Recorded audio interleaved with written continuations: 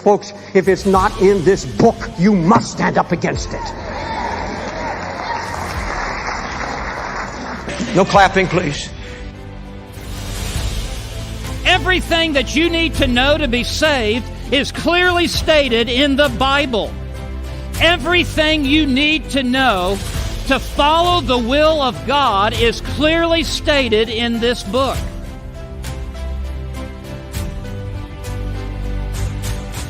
Oh God, I want those that are saved to stop looking around them at a cultural Christianity that you hate and will spew out of your mouth, and that they will look at the Word of God and say, I will follow Jesus. You take one step off of sola scriptura and you have put your foot on a theological banana peel. You are on a slippery slope. It is inevitable. You are headed down, down, down until you crash at the bottom. The false peace has been given to them that they can live in their sins. If those 100,000 people have not been given the full gospel of Jesus Christ, has not been preached fully, if the claims of the cross have not been laid there, and if they've been coddled and comforted in their sins, that 100,000 have been made twice a child of hell.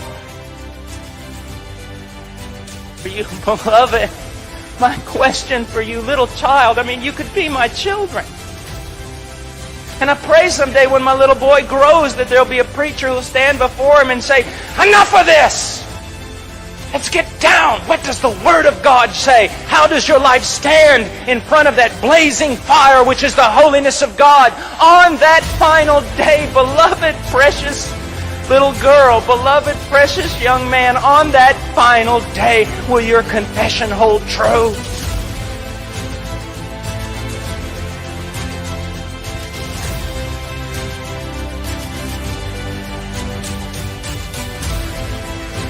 We're not just dogmatic about it, we're bulldogmatic about it.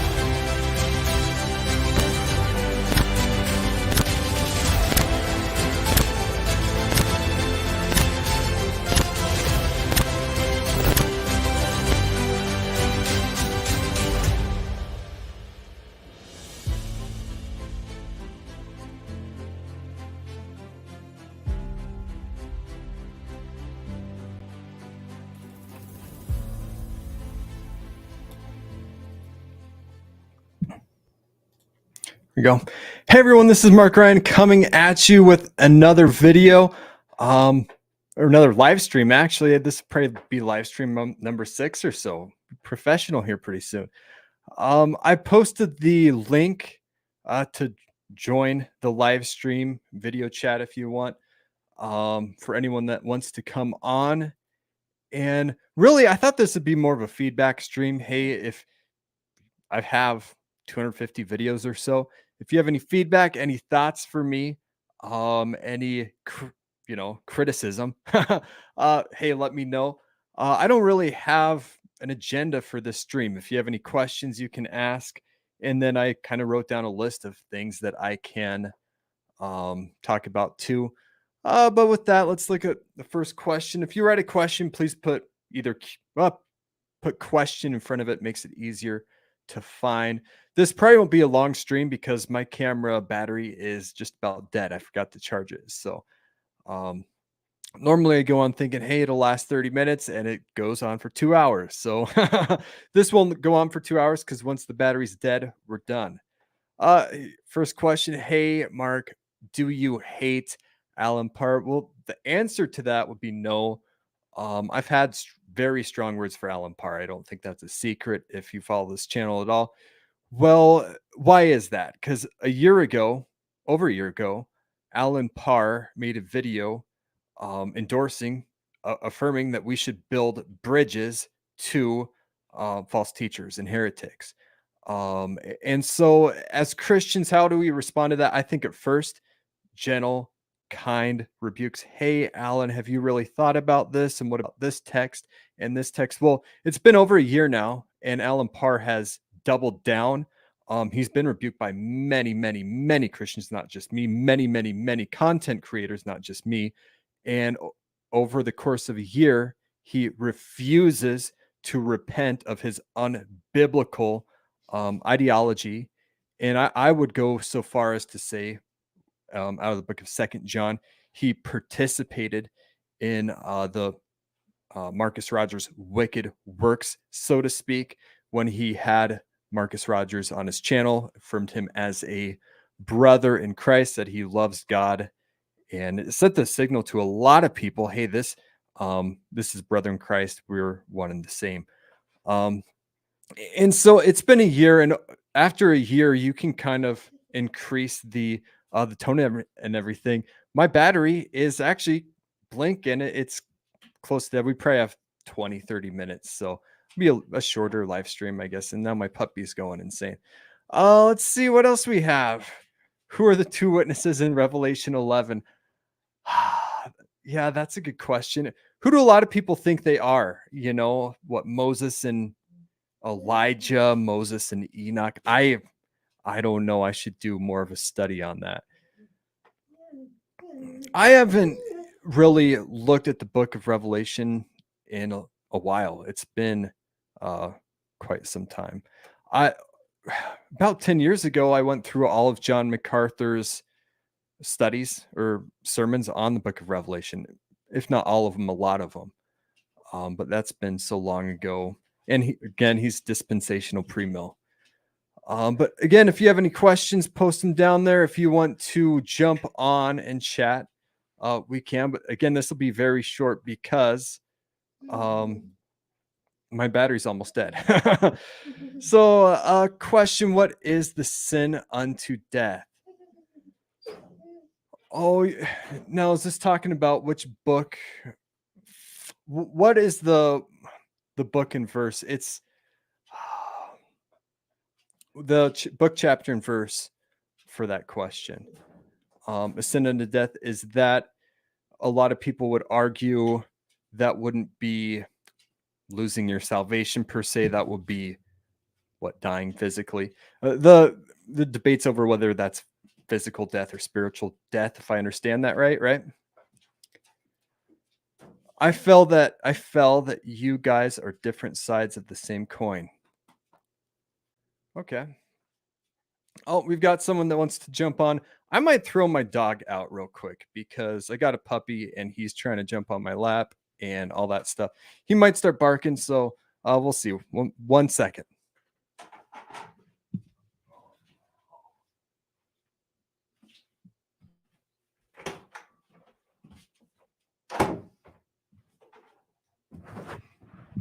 There we go. You got to see the puppy.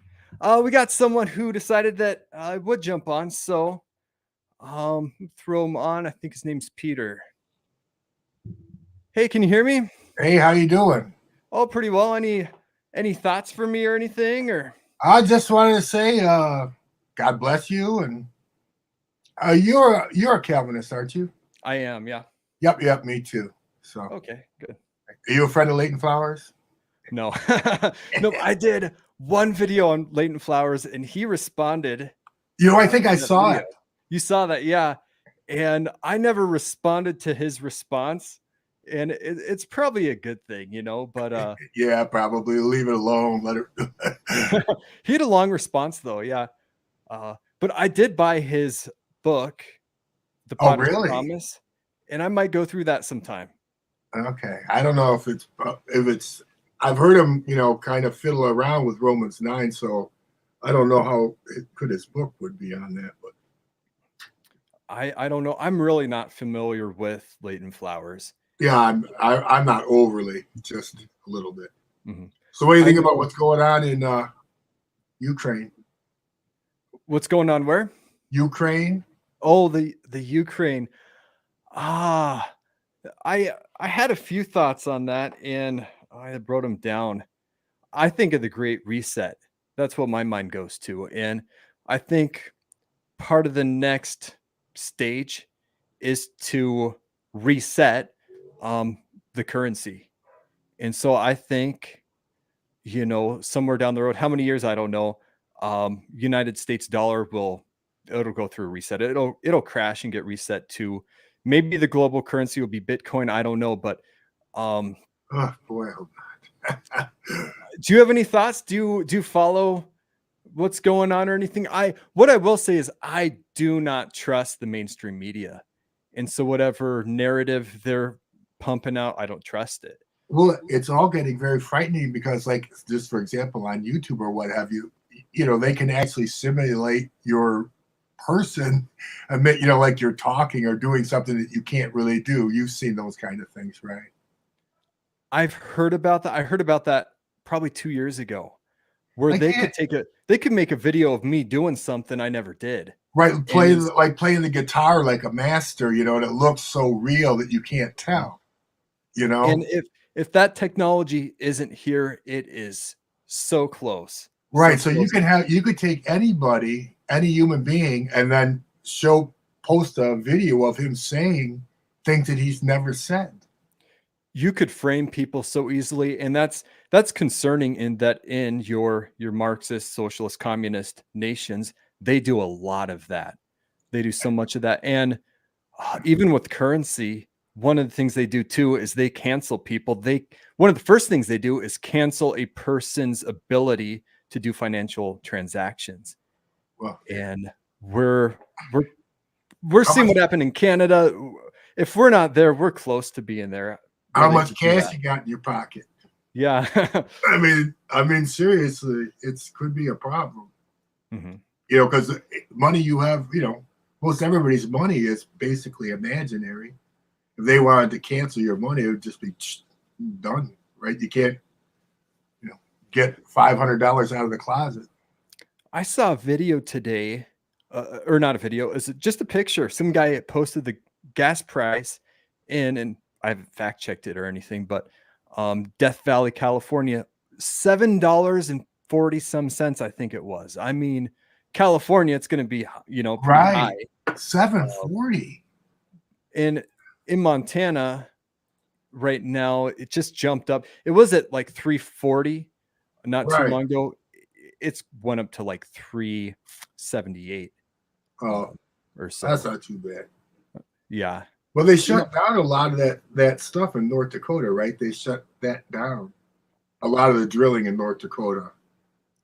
I don't know exactly what happened there. I mean, my understanding is that gas had to be about $4 a gallon or so. Because it was thriving. When I lived in Wisconsin, gas was over $4 a gallon. Right. And then your oil business in North Dakota was just, on fire because when gas is $4 a gallon or more, they make a really good profit. Well, when it got, down to, it was close to like $2 for a while. Yeah, it was. Yeah, you're right about that. That killed the gas or the oil industry in North Dakota. Yeah, right. But my daughter lived out there, and then they shut down. She came back. I talked to people over there, and they were telling me that give it some time, give it a decade or something. I don't know how many years. But it's all still there. It would have, they said, overrun Texas in producing oil. Yeah, it's still there. Mm-hmm. And I know a construction guy here in Montana who says, Montana, we're sitting on loads and loads of oil. Oh, really? But you have to get to it and everything, but tons and tons of oil, which wouldn't surprise me either. No, I wouldn't be surprised either. Well, it was nice chatting to you. Just wanted to say, hey, I appreciated that other video you made, and you do good work, so I wanted to encourage you. Now, which video is that? I saw the Leighton Flowers video. Oh, that one. Okay, yeah. And it's on my to-do list, though, is review his book. Right. But I'm going to have to review.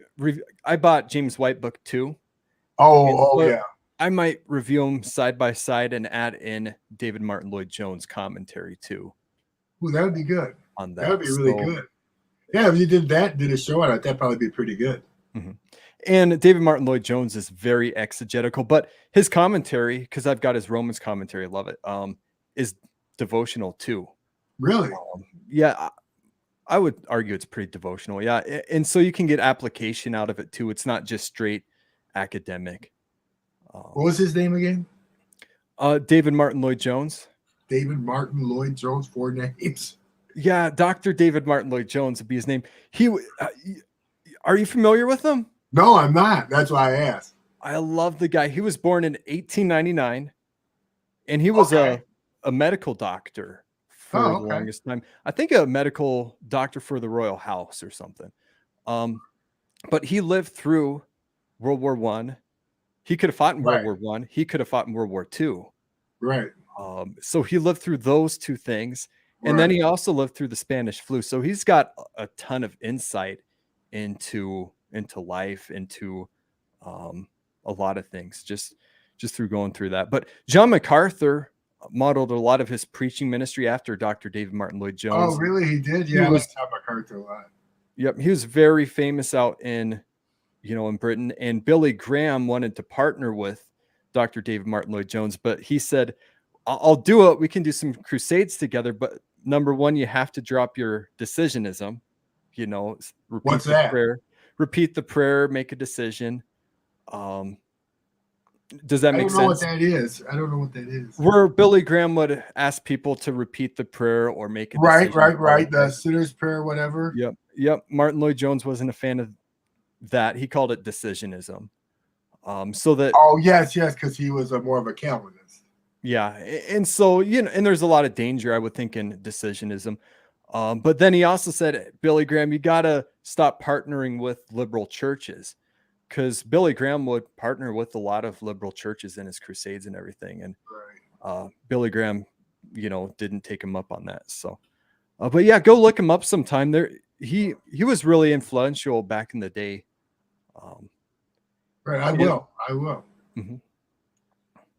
Well, all right, yeah, it was good chatting with you. Yeah, good chatting to you too. I'll check you out again. Take care. All right, yep, thanks. Take care. Bye-bye. Okay, well, now I got to find out where it was. Let's see. Good. I think we're here. Okay. We saw that one, and I need a book, chapter, verse on that, and probably look at the context. 1 John 5:16.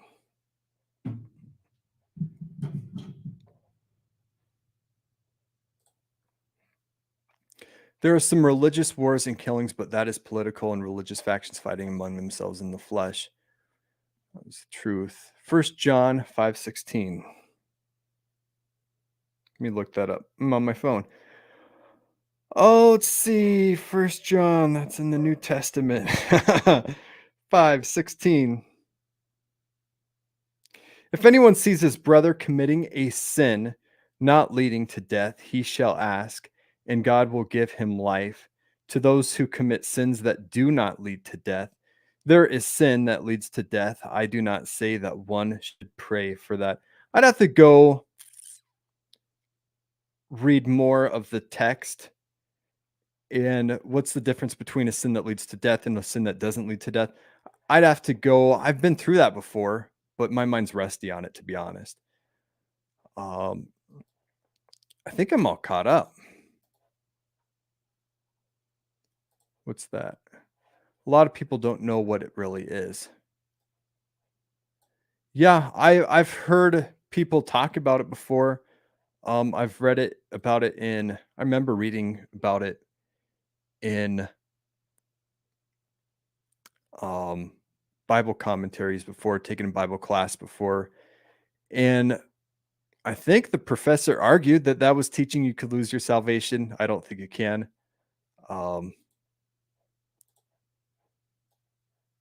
But yeah, that's my thoughts on that. Not very helpful, to be honest.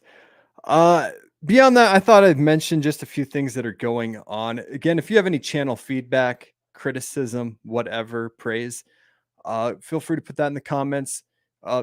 Again, the battery's almost dead, so this won't last very long today for sure. I wanted to mention, if you watch Ruslan's channel, about 130,000 subs now.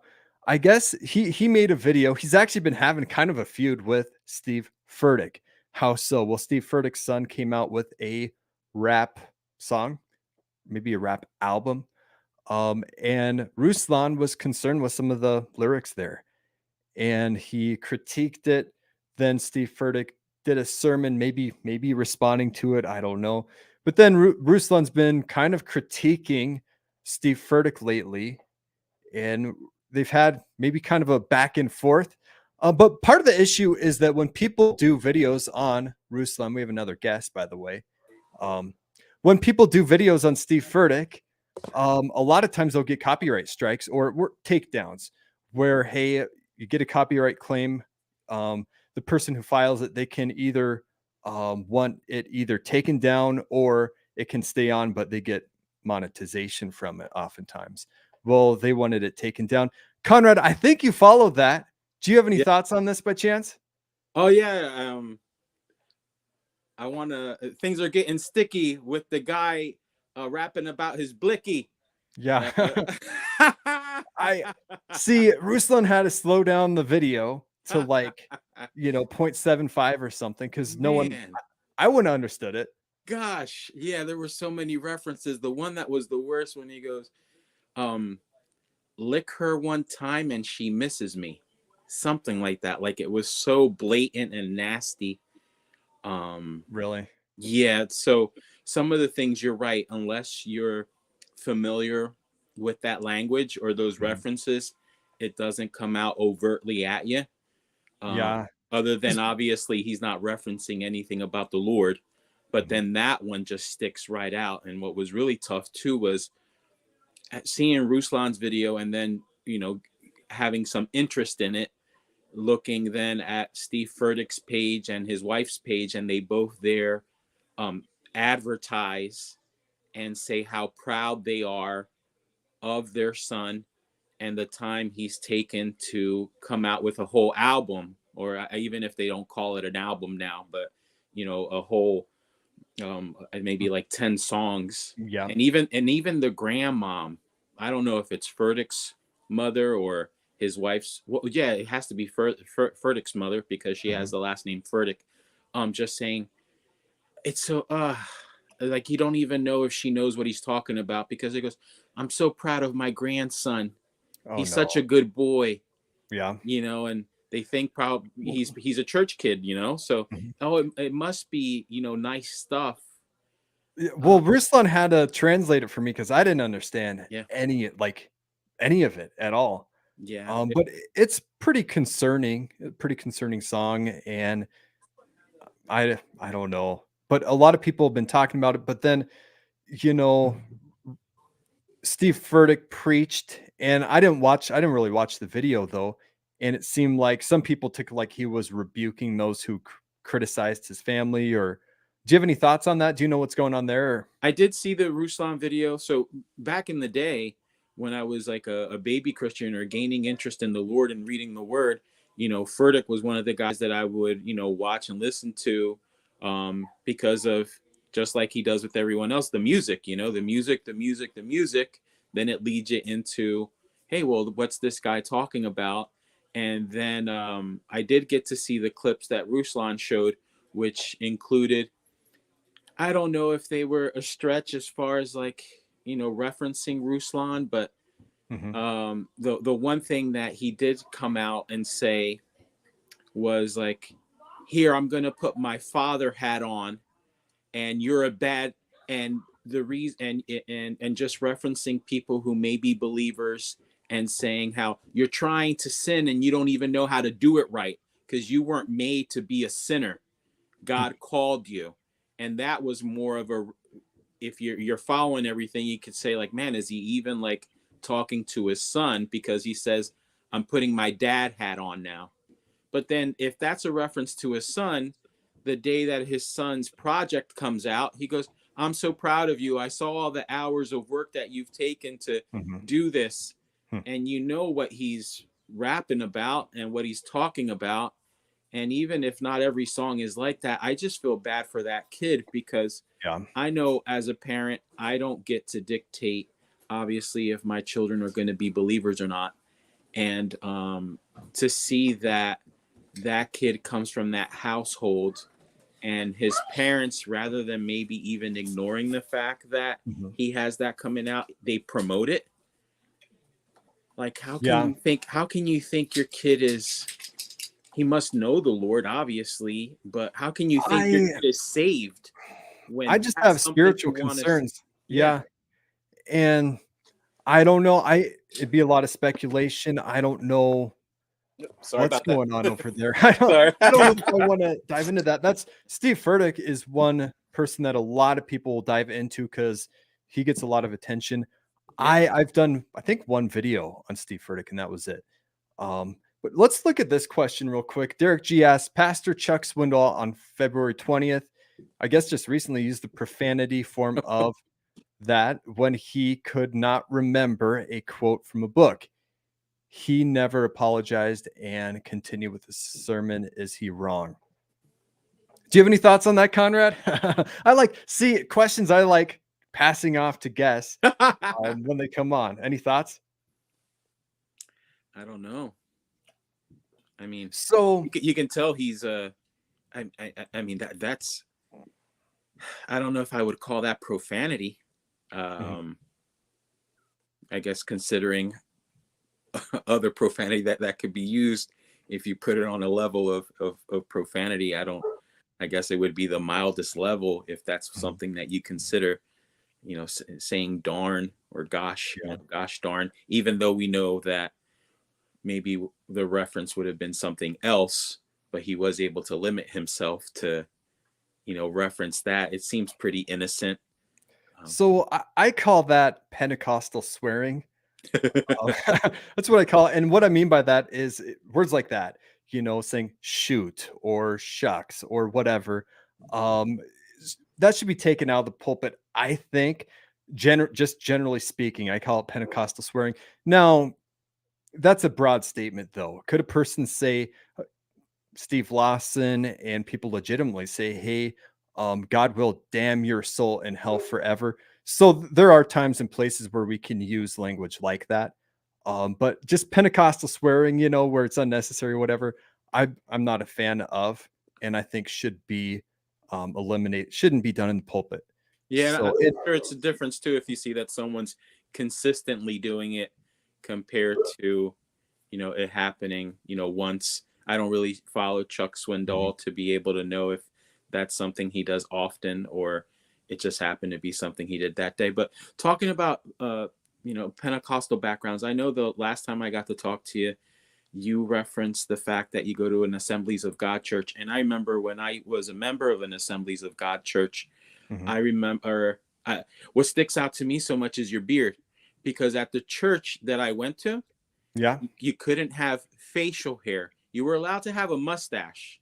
Now, you could have facial hair. You just had to have it shaved off if you were going to participate in the service. So, for example, like I would sing in the choir when I was a member there, or even if, traditionally the way it was set up, it was like maybe 45 minutes of devotional, like music time. After the 45 minutes, then it would be 3 different people would have a part, they would call it, in the service, where maybe one would testify or 2 would sing, that type of variety. And if you were going to take part in the service like that, if you were a guy, you could only have at the most a mustache. No way a goatee or a beard. It was that strict.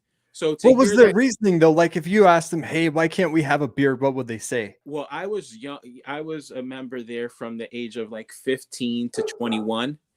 And it was just something that was ingrained in you from there, just knowing, being told, and you don't really, not that anyone ever said you can't ask, but you almost felt like you couldn't. What I recall when I remember talking to my dad, it was like more of a signifying like, hey, you're a hippie, or you're coming from the world, or you're looking like you're from the world. And the worldly thing. Yeah, because the Assembly of God has its roots in fundamentalism. And so we're not going to look worldly at all. But I've witnessed some of that in that I went to an Assembly of God Bible College, Trinity Bible College in North Dakota. And I went there just as the fundamentalist stream was kind of dying. And I might have to put on a short video and take care of the dog. But can you hear the barking? Yeah, I might have to do that real quick. But I went right as the fundamentalist stream was dying in the Assemblies of God. It's dying out. It really is. Because originally, hey, no dancing. And when I went there, if you cussed, it was a $50 fine. If you took God's name in vain, $50 or $25 fine. Of course, now, was it always enforced? Not when I was there, rarely enforced. But before 10, 20, 30 years ago, I'm sure it was more heavily enforced. And then men and women, hey, you're not going to walk on the same paths together. Can't do that. So they had different paths for men and women. And if you're going to date, you have to go before the dean of the college and ask for permission if you're going to date. And don't you dare hold hands. You got to hold two ends of a stick. Wow. So that's more the fundamentalist. And if you're a guy, your hair can't touch your collar. You've got chapel 4 or 5 times a week, and you got to be there. If you're not there, you're put on probation, and they'll fine you money for not being there. Then you have room checks, and I kind of miss some of that aspect, to be honest. But that strain's dying out, and there is some legalism there that is not good for sure. Yeah, definitely. The church that I went to, like on the right hand side, men, that's where you would sit. On the left hand side is when the ladies would sit, and you couldn't intermingle like if you sat on the woman's side for whatever reason, it was like someone would come over and talk to you. Like, hey, I've been at kids camps where they do that. They say the boys and girls can pay a lot better attention. Is that true? I don't know. Yeah. But they'll do that for kids' church or something. Yeah.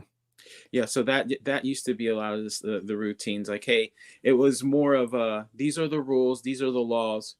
And I guess being a young man there, it was, you follow them, but not necessarily, it wasn't ever enforced about like the purpose of it or the reason why, or how can you deal with that, or where do you get the strength from to not desire those types of things that were considered worldly. Hey, don't go to the movies. You better not go to the movies. Like that's from the world. You're doing things from the world. Being in sports. Well, and what do you think about that? Because part of me says I'm glad it's dead, and then the other part of me says, hey, the church looks exactly like the world, and that's a major problem. There should be a major distinction. Steve Lawson was preaching on Sodom and Gomorrah the last 2 weeks, about 3 weeks ago or so. But during it, he was talking about the two angels who take the form of men. And who is it? Lot notices that, hey, there's something different about these two men. And Steve Lawson goes into application of that, saying, hey, as we go about our lives, people should know, hey, there's something different about Mark. There's something different about Conrad. And that should be true of every Christian. I agree. And there's a major problem in the church in that, hey, if we look at Christians today, everyone should say there's something different about Phil the Christian's name, Sure. And that's just not happening. We look exactly like the world. Yeah, I know. At my job, we recently had someone who resigned and was going to another office, and he was having a going away party at a bar. And this apparently was something everyone was aware of, and I hadn't been invited. So it was the day of, and then everyone's referencing, where they're going. And I innocently enough, not even, thinking about it, I just, oh, where are you guys going? I was like, oh, we're going to this, bar down the street.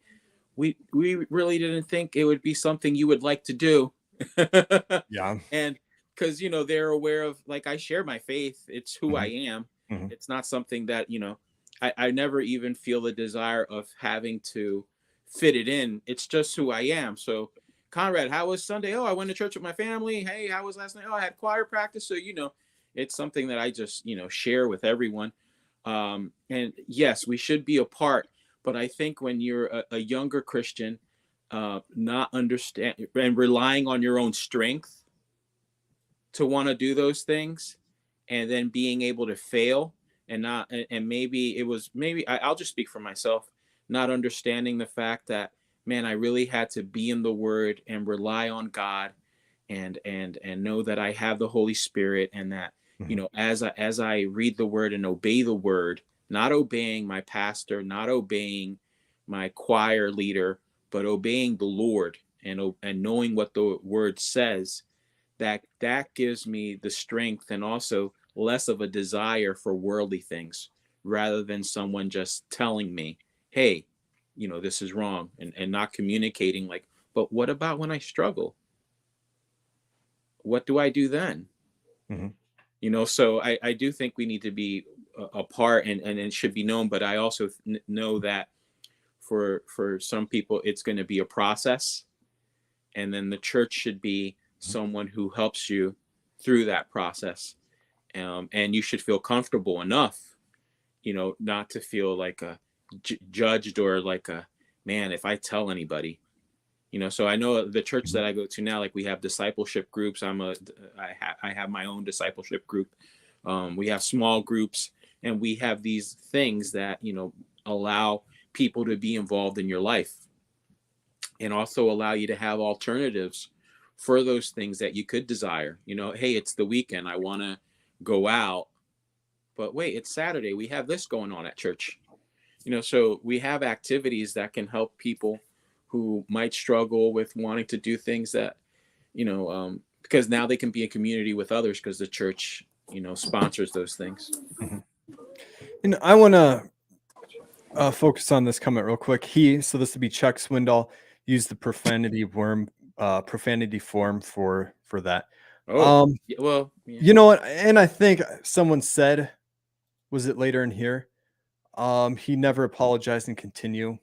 I think later on, what he would do, or should do, what any pastor that does that should do, is go before the congregation. Hey, I was wrong to do that. Will you forgive me?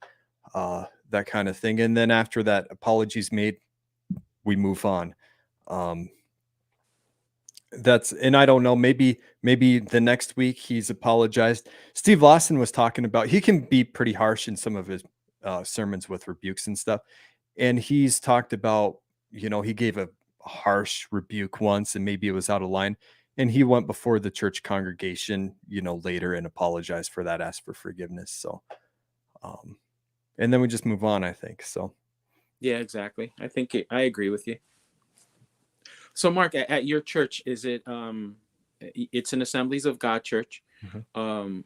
Do you have a role there, or do you play a role there? Are you a leader in something? I know you're a member, well, obviously. if you had to guess, I went to an Assembly of God Bible College. Okay. And again, I posted a link if anyone else wants to jump on. The camera's about to die. It might have 5 minutes left. It might have 1. It might have 10. I don't know.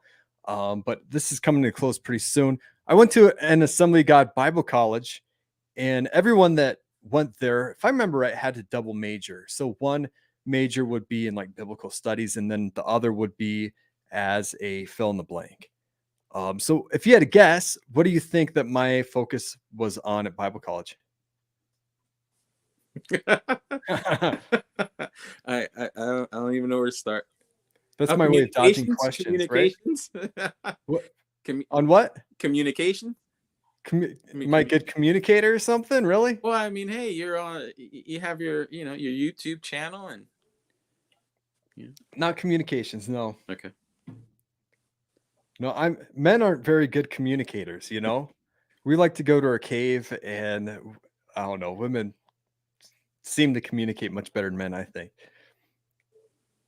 No other guesses. What was it? You don't have any other guesses? Well, then I can't just tell you. But as far as like you're the church, so you went to an Assemblies of God college, but are you also a member of an Assemblies of God church now? I'm going to jump on. Yeah, I go to my church that I grew up in. I left when I was 18, went to college. Then I moved back. Oh, how many years has it been now? About 10 years ago. And I've been going to the same church now. So 28 years, I guess, somewhere around there. Peter, if you want to jump back on, you can. I was just going to add a third person on the chat at the same time, but Sure. But he took off. So either way, but again, the camera could die any second. So at your church, do you have any roles there, or any titles, or anything like that you do? Or? Not right now. I go to Sunday morning church. There's no Sunday evening church. I need to get more involved, to be honest, in my church. There's another church that I go to from time to time, because with my job, a lot of the people that I work with go to that church. So I go to, and they'll sing hymns and different things like that, but they'll have Sunday evening church, where my church doesn't have the Sunday evening church. Do you ever get any comments about your YouTube channel or anything like that? The pastor will talk about a video from time to time, yeah. Okay. But more at the what would you call it? It's actually a King James only fundamental, fundamentalist, dispensational, that kind of church, Okay. which Arminian, free will Arminian, I'm sure. So we have tons and tons of disagreements with, but there's some of my best, closest friends. Actually, I mean, uh, between the Assembly of God and, a King James only, church, well, being a Calvinist and more confessional, reforming, there's a lot of differences. Yeah, sure. But I know a lot of people at the Assembly of God Church who they're mature believers. They've been members there, very close friends of the family for, man, since I've been alive. So, yeah. Do they do any of the dancing or anything like that during the service? No. No. So it's less charismatic. Yeah. There's no like flag dancers. They'd be more contemporary. Okay. And the the one King that I James went only to, church would be more, pick up your hymn and turn to page 35, which I love hymns. I went to Christian school growing up, and we would have chapel every week and we'd sing hymns. And so I'm familiar with them from, being a kid and all that too. Yeah, it was different for me when I went to Assemblies of God. First, it was like very strict. And then all of a sudden, I remember some people joining the church and they would just run up to the front and start dancing. And it was really odd because it was, having been there for so many years. And then all of a sudden they just started doing that. And then it really stuck out to you. Like, wait, it almost felt like, wait, what they're doing is wrong. Like, what's going on? No one's saying anything because it was just the Assembly of God is really, I call it schizophrenic, because you can go to two Assembly of God churches. They're radically different. You could go to one where that church is modeled maybe more after like a John MacArthur, and is very exegetical. And then you can go to one that's maybe more like Bill Johnson. Well, Bill Johnson in that church was an Assembly of God church, I believe, right? And then they kind of mutually left out of the Assembly of God, I believe. But it's, they're not all the same is what I would say there, at least. Did you ever see the video of the preacher that was at Bill Johnson's church talking about the youth church ministry and how they were baptizing them and they were walking on water, and they had so much faith that the kids walked on water and that they even walked through the walls. They had in Spanish we say vigilia, I think is a vigil in English. And we would have that for the youth at our church. Sometimes like it would be like something you were allowed to do late at night because it would say we're doing a vigil from 10 o'clock at night to 7 o'clock in the morning, and you'd spend the whole night in church praying. And so with that preacher who was at Bill Johnson's church, he talks about that and he goes, and the kids were walking through the walls. Well, I mean, I remember, I think it was the same church, I'm not sure, but there's another church where, you remember after the George Floyd protests and stuff going on, the three guys holding the staff and then tapping it and doing it almost seemed more like a satanic ritual to me. Yeah. But tapping the staff and then saying, we renounce racism or something, or racism be gone or be defeated or something. And then they would tap it again. And it seemed, that's Christian? Really? Seems weird to me. How about when Copeland goes, be gone, COVID. Oh yeah, COVID-19. Hair grow. Yep. But that's one of the awesome things with YouTube is there's no place for false teachers to hide. Yeah. Because you take the crazy stuff, the false teachings, and it's front and center on YouTube. Yeah. And it's a double-edged sword to a degree. It is because they, as much as you and I can discern that, the people who just hear the word Jesus or hear the word God and they run to it because it's entertaining. And sometimes they go, hey, I mean, how do those guys have those millions of dollars? Somebody's contributing, so, and some, obviously they're not reading the word. And So it's even more of an outlet, even though it's false teaching. When you look at their numbers, or the number of subscribers that they have, or the number of views that their videos have. Today I was looking for some Sid Roth videos because I was going to make a video about it. And when I'm looking at this video that says, like, there's a guy who says he didn't have money to travel to France. The Lord told him to go to the bathroom in the airport. He goes in the bathroom in the airport. He sits down on the toilet and prays. When he walks out of the bathroom, he's in France. A guy on Sid Roth's show said that? Yeah, the Like, Lord transported him. physically or spiritually? No, the Lord transported him to France. Yep. And then you look at the views, not almost 1 million views. Really? Yeah. Yeah. And I would think, older people would fall for that. I don't think people in our younger generation would. Yeah. I had people give me a whole, I think I told you about this before, a whole series of Sid Roth DVDs, right? DVDs. I popped one in and I didn't know whether to laugh or be outraged or whatever, because it just sounded super crazy. And yet they would say, hey, if this isn't part of your Christianity, then you're a weak Christian or not a radical. You don't have Christian, enough faith, Mark. Yeah, I guess so.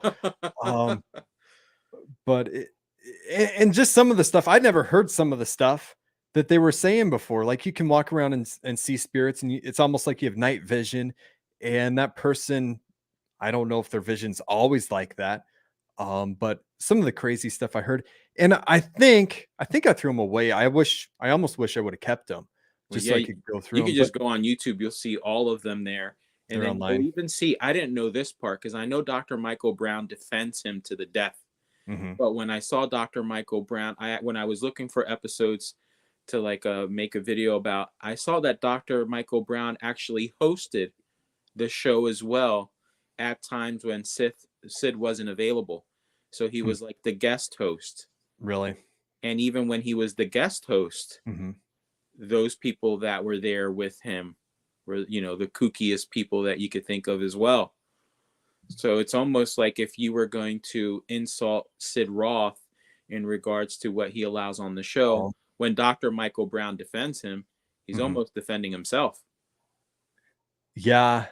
Yeah. I mean, Sid Roth, your Reformed folks, your Calvinists would just go out and say he's a false teacher, just like that. And that's part of why I love the Reform movement, the Calvinist movement, in that, before YouTube, pre-YouTube days, folks in the Assemblies of God, Pentecostals, Charismatics, generally, I think the majority of them would defend Benny Hinn, a lot of the faith healers, the false teachers there.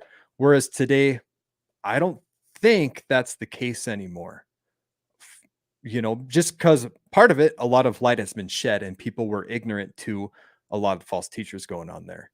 Yeah, I remember at my Assemblies of God, we would have the faith healers come there and preach. And I had a back problem when I was a teenager, and this was challenging. I had a herniated disc, just an injury that you can get, and I was going to require surgery.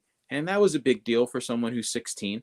And when what the church would do is, when it was time, to pray, hey, if anyone needs prayer, if anyone needs healing, and Mark, I have faith, and I would go up for prayer. Mm-hmm. And I remember, after praying, the pastor's wife would come over, who would, at least in the Assemblies of God, if you were married, the woman was the pastor too. So it would be Pastor Jose and Pastor Lydia. That was the church I went to. So after they prayed for me, they'd come over, they go, how you feel? How you feel? And I still felt the same. They go, man, we thought today was the day. Mm-hmm. And it was like, it almost got communicated to me the way I felt. I guess I just didn't have enough faith, And the Assembly of God, again, is pretty schizophrenic. I know another Assembly of God church where it's like pastor and then the lady's a co-pastor. Mm-hmm. That's how it functions in that church, which I don't think I would not go to that church as a regular tender. I don't think. And that's just me and my conscience. But then there's a lot of Assembly of God churches where they're complementarian, and that would not be the case. My Assembly of God church definitely has been more complementarian there. Beyond that, I think, did I tell you before I went and saw Benny Hinn? I heard you mention it, but you didn't mention it to me. But I watched one of your Okay. videos where I heard you mention it. I talk about it a lot. I mean, you got to talk about all the famous people that you've seen, over the years. But he led people in the sinner's prayer. And so I left as a teenager thinking, well, he had a lot of people say the prayer. And if you say the prayer, then you got saved. Right.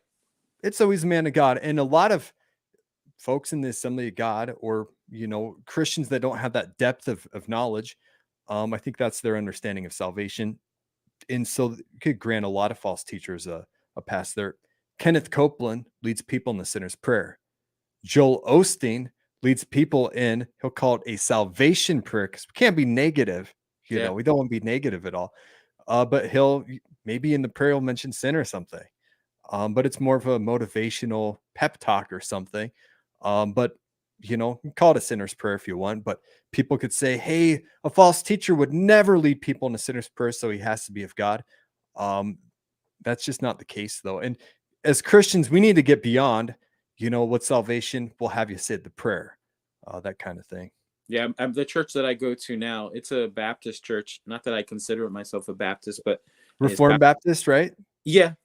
Oh, really? Good. Yeah. See, there's a Baptist church. It's in the SBC. I don't think I'd call it Reformed Baptist. I don't know.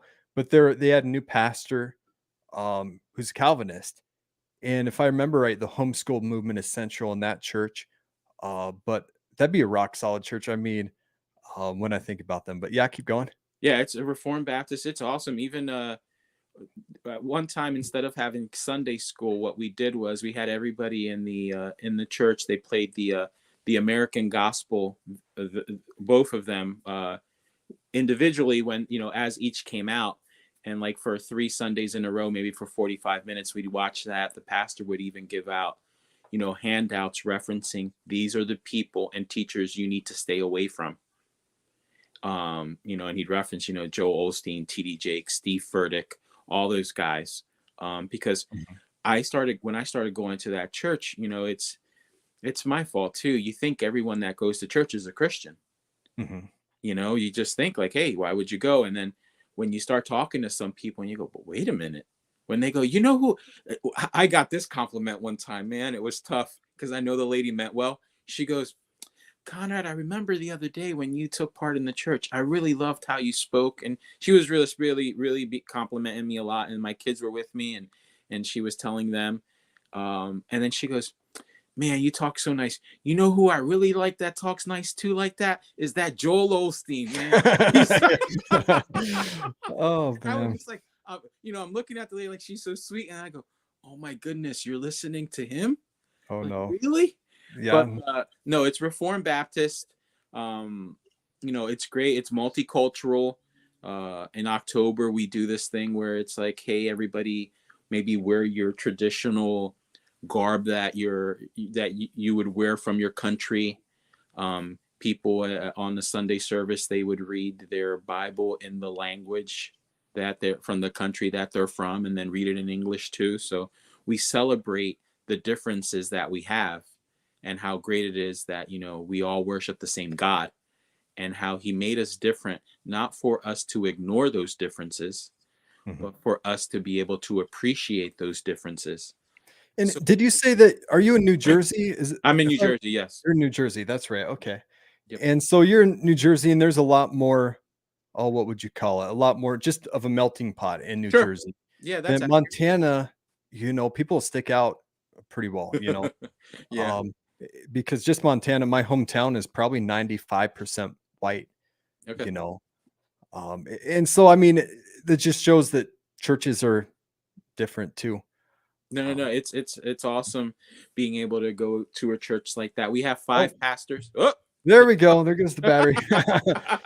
So we'll call it a day here. Right, I brother. might recharge the battery and do a late live stream because I have time. Later one today. It's almost 6:30 over here. So I'm gonna call it a day. Seiko Woods is having a live stream now. So guys, go check out Seiko's live stream if that's still going on. But we'll see you in the next live stream. All right, God bless you. Bye-bye. Yep, take care, man.